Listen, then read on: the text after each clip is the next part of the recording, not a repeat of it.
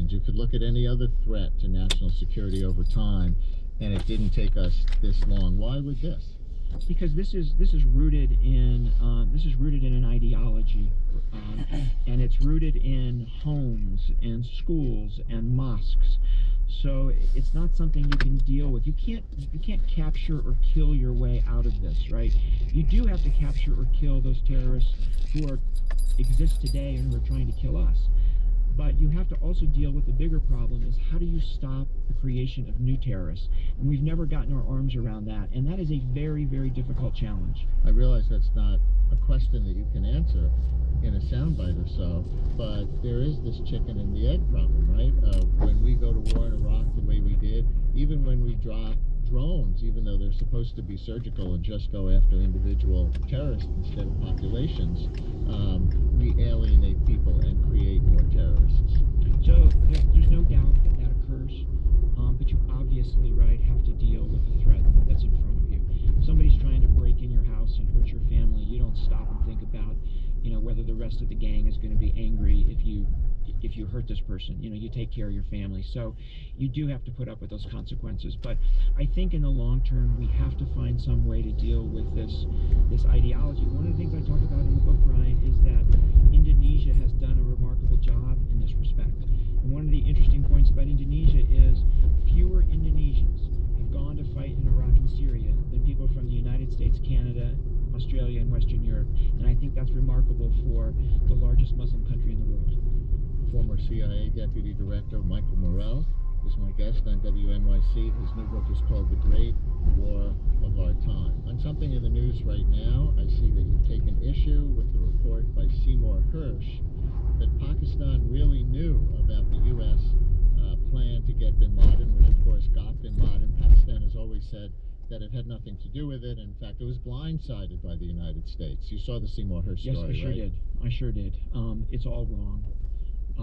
I was involved with this operation from the very beginning. I was in every meeting. I was in the Situation Room when President Obama decided that we were not going to tell the Pakistanis that we knew where he was, and we were not going to tell the Pakistanis about the operation. The president sent me after the operation to Pakistan to try to start smoothing things over because the Pakistanis were angry because we embarrassed them. The Pakistani were angry because we embarrassed them. So I think a lot of people suspect that there's a double game that Pakistan plays, telling us that they're our ally while enabling Islamist extremists in their country because they're too big a threat to the government to really go after. Saudi Arabia said to play a double game even before 9/11. Even though bin Laden was Saudi and had his sights focused on the Saudi government as one of his main targets, that they also kind of played footsie with him and enabled him all over the world. Do you think these double games by the Saudis and the Pakistanis are a big problem for the United States? So, I wouldn't say the Saudis play a double game, but certainly the Pakistanis do. The Pakistanis, very schizophrenic. On the one hand, one of our best counterterrorism partners in the world. Pakistan has taken more al-Qaeda operatives off the street than every other country in the world combined. Yet at the same time, they're a state sponsor of terrorism in terms of the terrorists that they allow to be trained on their territory to attack India. And a long history of that. The sanctuary that they've given to the Taliban. So they do play this double game, and at the end of the day, it is counterproductive to Pakistan, and it puts Pakistani stability at risk. Let's do some history. There's so much fascinating history in your book. In the summer of 2001, how much was your hair on fire along with Tenet's? So both Director Tenet and I were deeply concerned about the intelligence that we were seeing and that we were taking to the president. But that intelligence was frustratingly lacking in details in terms of place of attack, mode of attack, timing of attack, right? There was just a lot of intelligence that there was going to be a significant attack against the United States. And that lasted really, Brian, from April until late June, when it just disappeared and it just went away. What we learned later, that where this chatter was coming from, was bin Laden going from training camp to training camp in Afghanistan and kind of talking to the troops and kind juices flowing, right? Trying to motivate him. And he was telling them that something big is going to happen, right? There's going to be a great event coming. And so that message was leaking out, and that's what we were picking up. But we never really got inside the plot enough to understand it. So on one of the controversies of the past, how much did National Security Advisor Condoleezza Rice marginalize the CIA report that bin Laden was determined to attack inside the United States that August when President Bush was on vacation? So she didn't marginalize it at all. I was there on that day when we gave that PDB piece to the president. There were 3 people in the room. It was me, the president, and a fairly low-level NSC advisor. When I gave the president that piece, I told him why we had written it, which was every time we showed him one of these threat pieces earlier in the summer, he would ask, is there any chance the attack is here in the United States? He was clearly very concerned about that. So we wrote this piece that basically said to him, we don't have any hard data that the attack is going to be here, but please remember that he wants nothing more. Bin Laden wants nothing more than to attack us in the United States. So I explained that to the president. He understood it. I did not treat it as a hair on fire piece. I did not treat it as you got to have a piece. He didn't read it that way. He read it with a different twist. When you were with President Bush on 9/11, were you in that elementary school where he was reading Mount Boat between his legs? The footage of him that day that some people saw in the war reports where someone coming and whispering in his ear, and he shrugs, looks bewildered, and keeps reading the little kid's book. Was that you?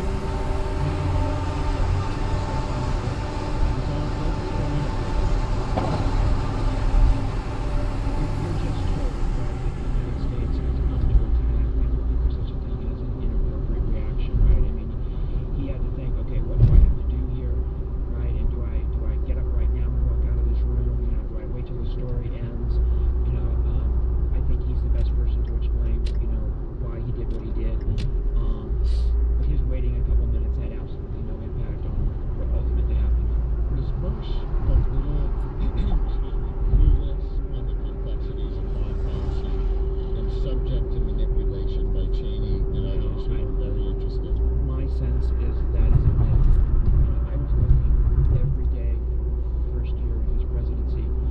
I found him to be, I found him to have a really powerful gut sense, and very quick to understand issues, very quick to get a sense of what the policy should be.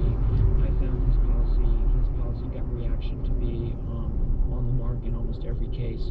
So I think that's one of the many, many myths about President Bush. How did the CIA get the Iraq WMDs wrong? Yeah, so it's a great story. I spent a whole chapter telling it. You know, take on a lot of criticism for the agency and some of the role that I played in it. Everybody who looked at the Iraq WMD issue, the CIA, the rest of the U.S. intelligence community, other intelligence services around the world, the United Nations, academics, everybody got it wrong. And I think the important lesson at the end of the day was not the conclusion that we came to. Because if I brought the data, Brian, into this room that we had at the time and gave it to you, and you went through it, you would come to the same conclusion. Didn't the IAEA, the International Atomic Energy Agency at the UN, come to the conclusion before the war that there were no nuclear weapons? No, they did not. They did not. They said there are significant open questions that have not been answered by the Iraqis.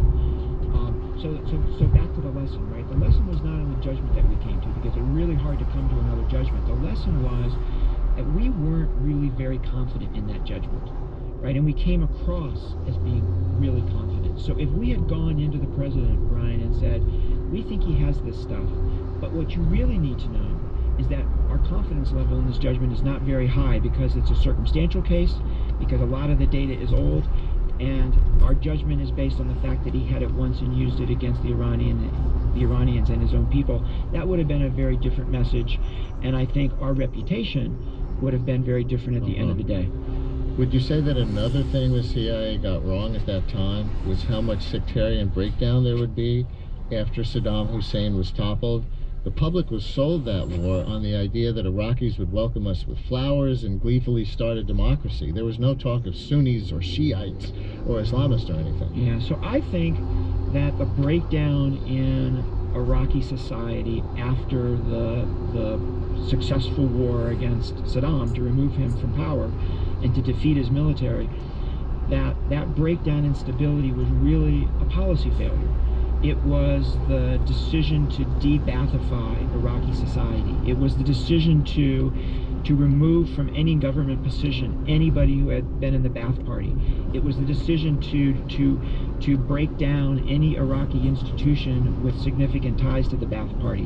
When we dissolved the Iraqi military, all of those guys no longer had a paycheck. All of those guys still had to take care of their family. Where did they go? They went either to fight for Al-Qaeda or they went to fight for the insurgency against the new Iraqi government. Another controversy you deal with in the book is Benghazi. And you seem to say, tell me if I'm getting this right, that Hillary Clinton, as Secretary of State, could not be held responsible for the attack on the consulate that killed Ambassador Stevens, and Obama's National Security Advisor, Susan Rice, did not cover it up as a demonstration rather than a planned attack because she was working from CIA talking points. How far in that direction do you go? So I don't draw those conclusions, right? I mean, what I explain is what happened, right? And I think the big picture, Brian, on Benghazi is this: a highly politicized issue, and a lot of facts put out there that are slightly not true, moderately not true, or are significantly skewed. And many of those facts are about what happened in Benghazi that night. Some people say this was a pre-planned military-style assault. Not true. Right? This was the first attack against the State Department facility was largely a mob attack, right? With extremists and guys with weapons, but a mob attack. Another thing that's not true is there was no politicization on the part of anybody in the writing of talking points or the telling of the story about what happened in Benghazi, right? So there's a lot of facts out there that aren't true. What I want to see happen, and I have a personal interest in this because I've been attacked on this issue, is I want to see all the facts get out there and let's have a conversation about it, and that's what I hope Trey Gowdy does with his Benghazi committee.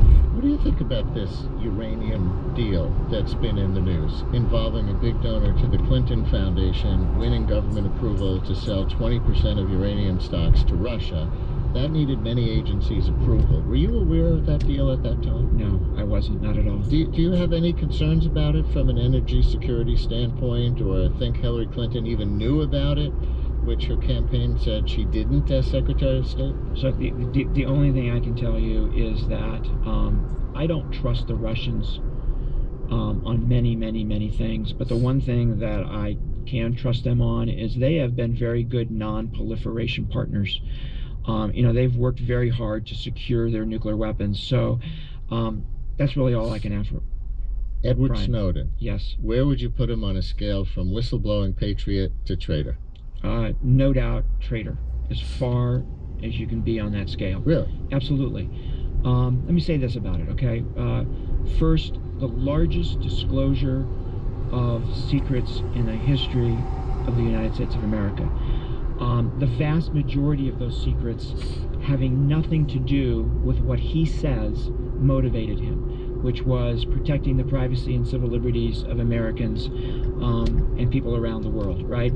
Number two, significant damage to national security from those disclosures. There are terrorists today who are communicating differently because of the disclosures, and terrorists who we can't see what they're doing because of what Edward Snowden did. So I don't believe him when he says that's what motivated him. And if I could talk to him, I'd say, Edward, you say you did this because you wanted the American people to decide whether these programs should be in place or not. If you really believe that, then you should come home and have those same American people decide whether your actions in this regard were good or bad. And he hasn't done that. He's still in Moscow. But his basic revelation that the U.S. government, through the NSA, collects data on basically every phone call and a whole lot of our keystrokes on the web. Isn't that the kind of thing that deserves a public debate? Not leaked by somebody, right? How else would it get out? This was, Brian, this was a program approved by 2 presidents, overseen by multiple intelligence committees in Congress over the years, and approved by a court on multiple occasions. So it takes an awful lot of arrogance to say, I know better than all of those people and leak this, right? It just takes a huge amount of hubris. And at the end of the day, Brian, the other thing I'd say is this is an incredibly important program. If we had this program, this is one of the programs that helped fill the gap that was there prior to 9/11. And if we had this program in place, it is possible, I'm not saying for sure, but it's possible that we would have seen some of the communications between some of the 9/11 hijackers, right? And we might have prevented that. And so Congress is now debating whether to keep this program or not, but it's a very, very important program, and I hope they do. We're already over time, but I know you want the agency to come out of your book with a better reputation that it has in the public's mind in general, and it's very honorable work gathering intelligence.